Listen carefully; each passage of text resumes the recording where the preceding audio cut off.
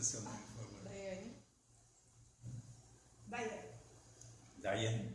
Como é que eu ponho para Daiane. passar a gravação aqui? Olha, vocês têm que estar sincronizados os dois. E Quando vocês derem um já. daí, Não, já está ao vivo. não, você já está ao vivo? E aí você está? Sim. Caro prefeito Maurício Moro Misato, para mim é uma satisfação ter a oportunidade de visitá-lo aqui no seu gabinete e tendo em conta que eu desde 1978 costumo visitar Pissinguaba, onde eu construí lá uma casa e vou com frequência, me tornei amigo de todos aqueles que moram nessa belíssima vila de pescadores, uma das mais belas que eu conheço em todo o Brasil, mas desde os primeiros anos eu sempre tive diálogos com os moradores de Pissinguaba e inclusive algumas vezes você e eu participamos lá de audiências públicas que a população nos solicitou.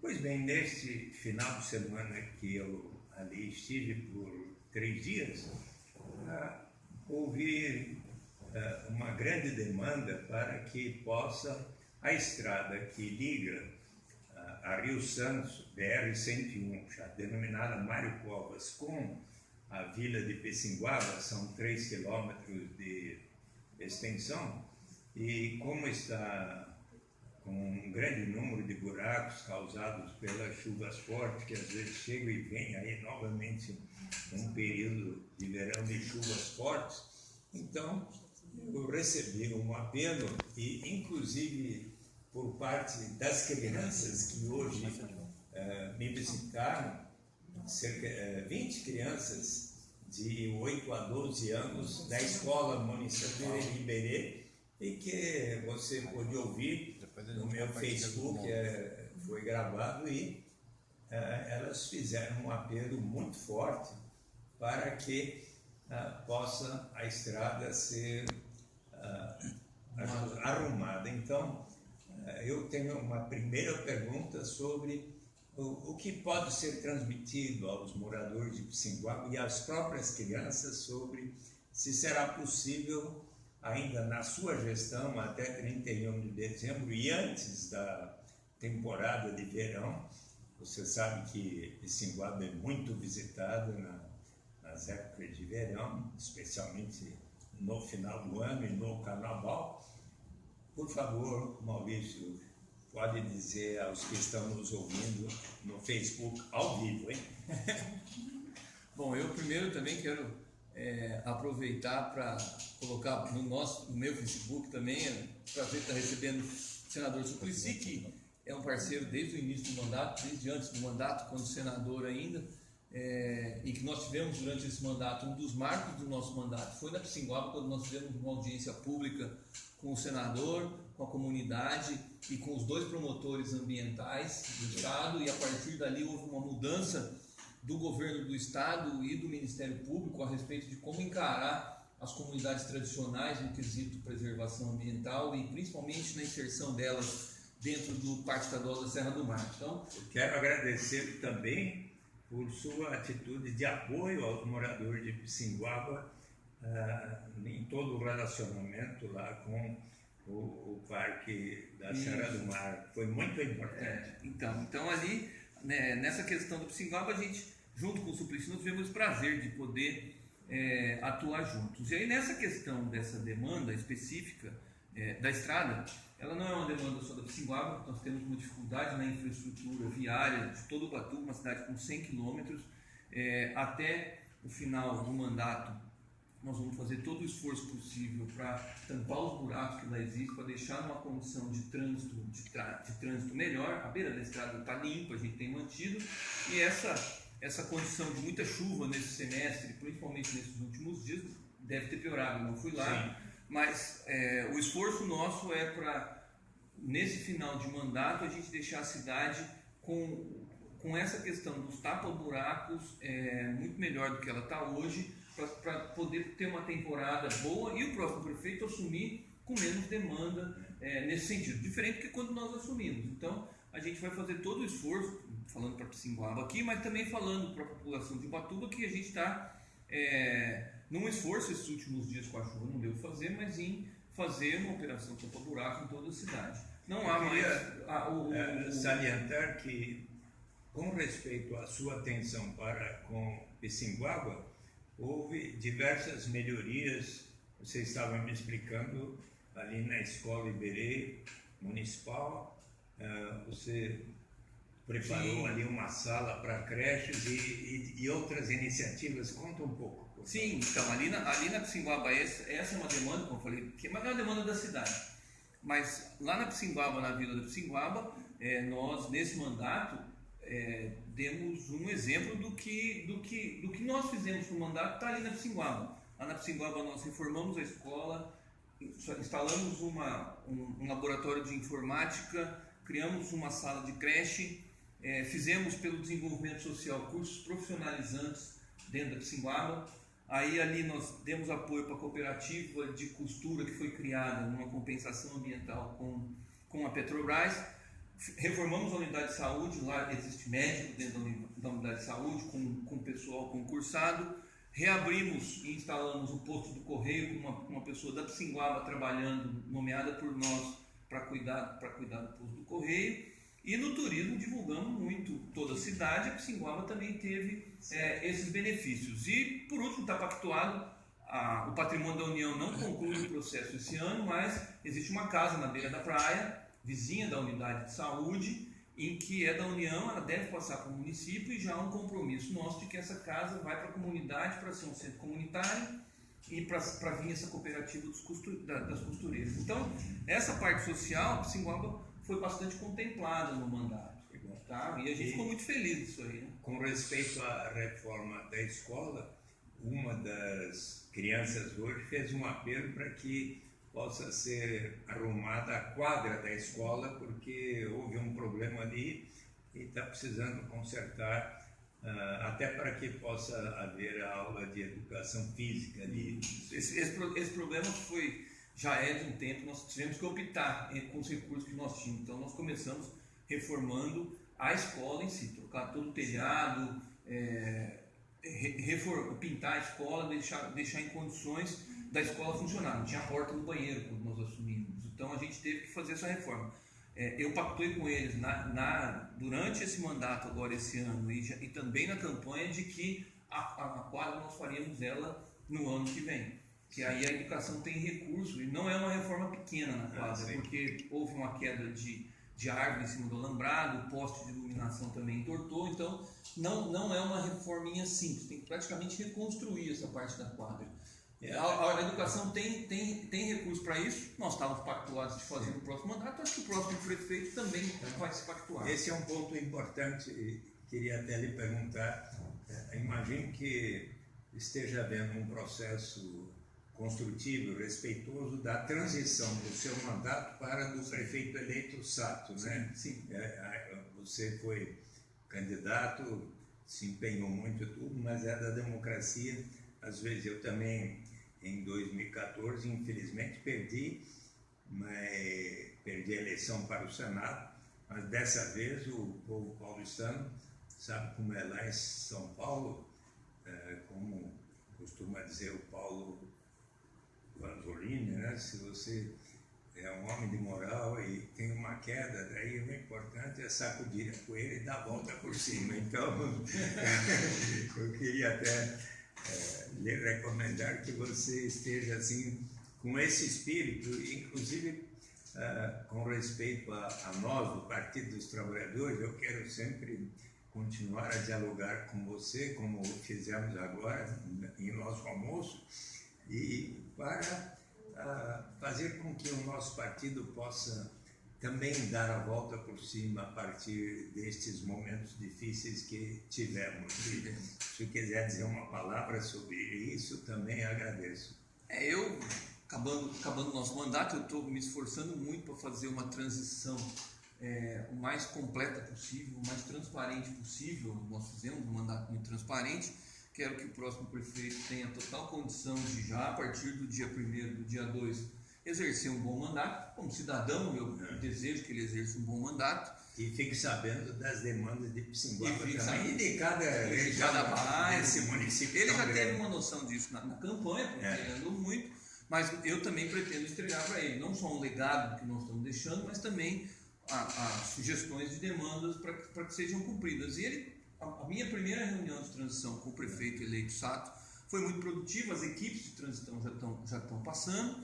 Em relação ao que o senador está colocando aqui, o dia 2 de janeiro, a partir do dia 2 de janeiro eu retomo minha profissão, que eu sou dentista, e politicamente vou continuar na cidade para fazer os debates possíveis. Nós temos um legado de mandato a defender, temos um debate que agora vai se nacionalizar, porque a próxima eleição, 2018, é uma eleição nacional. Nós temos aí um projeto de país a defender e reorganizar o Partido dos Trabalhadores, separar o joio do trigo, fazer com que a partir de cada município o partido consiga se reorganizar e a população volte a entender o partido como sendo o defensor das causas sociais, das causas justas nesse país. Acho que o trabalho de base nós vamos ter que fazer aqui, contando com a experiência de quem vem de fora. Então eu estou preparado para voltar para a profissão e na política continuar defendendo essas bandeiras.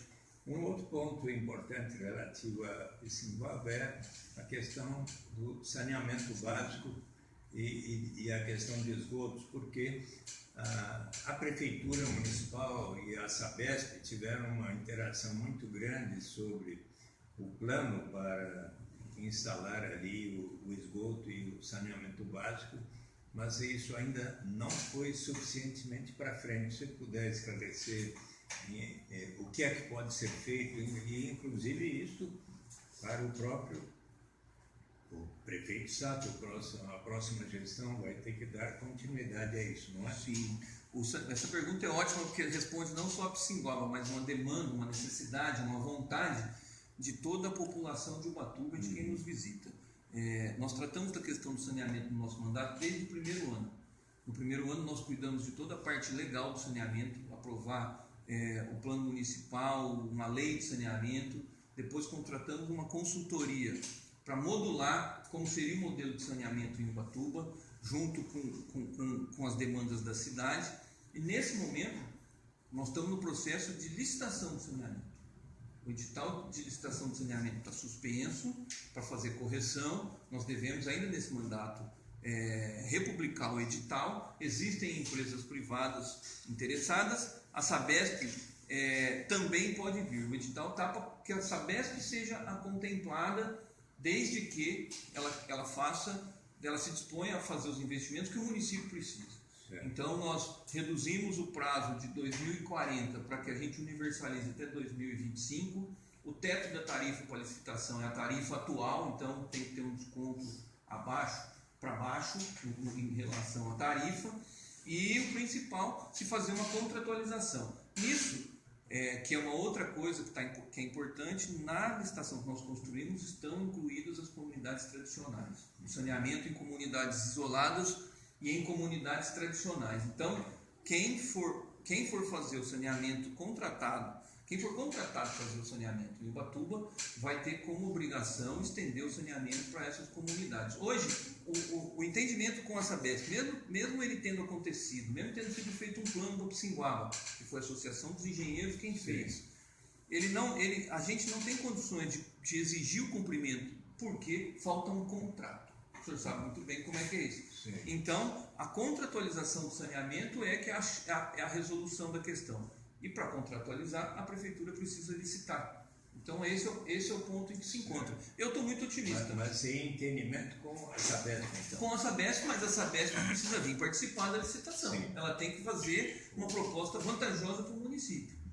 Tá? Isso é algo que precisa ser entrosado com o governador Geraldo Alckmin também. E ele precisa,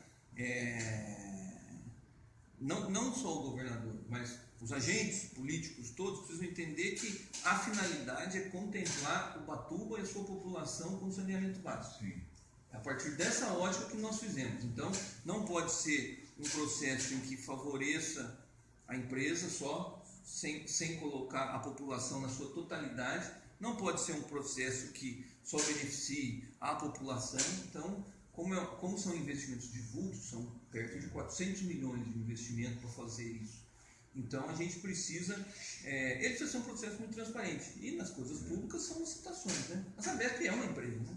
Você sabe que você acompanhou, acho que foi em 5 de janeiro do ano passado, o último mês do meu mandato como senador, eu fui recebido com muita atenção pelo governador Geraldo Alckmin e diversos de seus secretários, como do Meio Ambiente, da Justiça e outros, e lá tivemos uma audiência com o presidente José Pedro, a senhora Laura, do Quilombo da Fazenda. E tivemos um diálogo lá, uma questão relativa ao quiosque da Praia da Fazenda, que eles administram, logo foi acertado e reconhecido. Mas as outras questões relativas à questão da área da Serra do Mar e do Quilombo, acho que ainda precisam ser complementadas. Se você puder dizer também alguma palavra sobre isso, acho que é importante, até para que, quem sabe, eu possa indagar ao governador Geraldo Alckmin em que pé está e o que é que pode ser acertado com o Quilombo da Fazenda. Aquela audiência que foi em janeiro do ano passado, ela conseguiu, pactuou, né, a exploração de um quiosque na Praia da Fazenda pela Associação dos Remanescentes Quilombolas da Fazenda da Caixa, e o que ficou pendente é a delimitação da área que o Quilombo vai ocupar para essa área ser excluída do Parque Estadual e passar a gestão. Não se chegou ainda a um entendimento. Eu acho que a gestão em relação ao governo do Estado continua sendo no sentido de que o governo procure ser mais ágil nessa delimitação. Os quilombolas já fizeram as suas concessões em termos de área. A área deles histórica é muito maior do que a área que hoje está pactuada que vai ficar para eles. Eles parece que concordaram em só ficar com o quiosque na praia, mas que a praia não continuasse sendo do Parque Estadual da Serra do Mar. Então, agora, na minha opinião, porque esse é um assunto entre os quilombos e o Parque Estadual e o governo. A prefeitura é uma espectadora nesse caso, né? Mas a minha sugestão e a minha vontade é que o governo do Estado acelere essa titulação do quilombo, essa delimitação, a demarcação, porque existem políticas públicas para as áreas quilombolas que dependem muito disso, né? Para a agricultura familiar, para o turismo de base comunitária, que eles vão ter muito mais segurança na medida em que eles souberem qual área de fato de direito e legal pertence ao quilombo. Para concluir, gostaria de comungar com você o sentimento de quão importante será que tenhamos em breve um presidente eleito diretamente pelo povo lá no Palácio do Planalto. Se você quiser concluir com uma palavra sobre isso, pode falar. Eu acho que uma coisa que está faltando nesse debate, senador, e eu também comungo com a questão democrática de que nós precisamos ter um presidente que seja eleito pela população, pela vontade do povo. Nós temos um presidente que não está respeitando a vontade popular nesse momento, mas enfim, as coisas estão acontecendo. E o que eu acho que lá, o próximo vereador de São Paulo, que é o Eduardo Suplicy, eu que vou estar aqui no embate político, mas que tenho experiência como prefeito, a nossa grande missão é a gente conseguir na prefeitura, a gente conseguir levar para o cidadão comum o que está em jogo nesse momento na política do país. E eu, como prefeito, estou muito preocupado com a economia da cidade em relação a essa PEC 55 que está sendo votada com teto de gastos, porque vai trazer obrigações para o governo municipal ao longo de 20 anos, que o governo federal e estadual vão se eximir por conta do teto, e ao mesmo tempo o teto, não sendo reajustado, vai ter uma influência muito grande na economia local, na medida em que as possíveis reforma da Previdência, um teto e uma diminuição dos gastos sociais com Bolsa Família, benefício de prestação continuada, o quanto que isso vai deixar de ter um dinheiro federal entrando para a população, na economia do município, e que na medida em que isso for diminuído ou não for reajustado conforme a inflação, a economia dos municípios vai sofrer muito. Sofrendo a economia dos municípios, sofrem os cidadãos na questão de emprego, renda, a economia dos bairros periféricos. Então, acho que nessa questão do próximo presidente ser eleito, é isso, e principalmente porque o que está sendo proposto por esse presidente, esse projeto de lei, não leva em consideração esse efeito que vai ter na economia dos municípios e na vida de cada cidadão nas cidades. Lá em Brasília pode ser que não afete muito, mas aqui vai afetar bastante.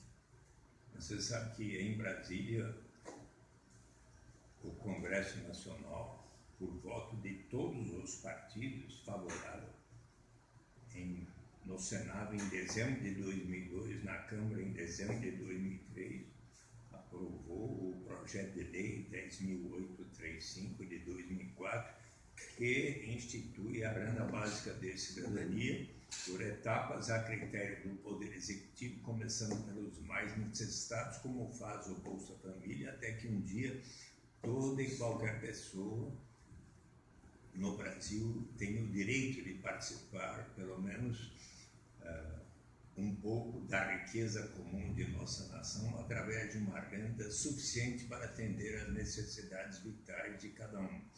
E isso precisa ser objeto de regulamentação, constitui uma responsabilidade constitucional do presidente da República perante o que foi votado pelo Congresso, e me preocupa a PEC 55, que de repente vai colocar amarras de tal forma que vai limitar muito a criatividade dos governos seguintes nestes próximos 20 anos, e fico me perguntando como é que o presidente Michel Temer está pensando em questões como esta, que precisam ser objeto do seu dever constitucional.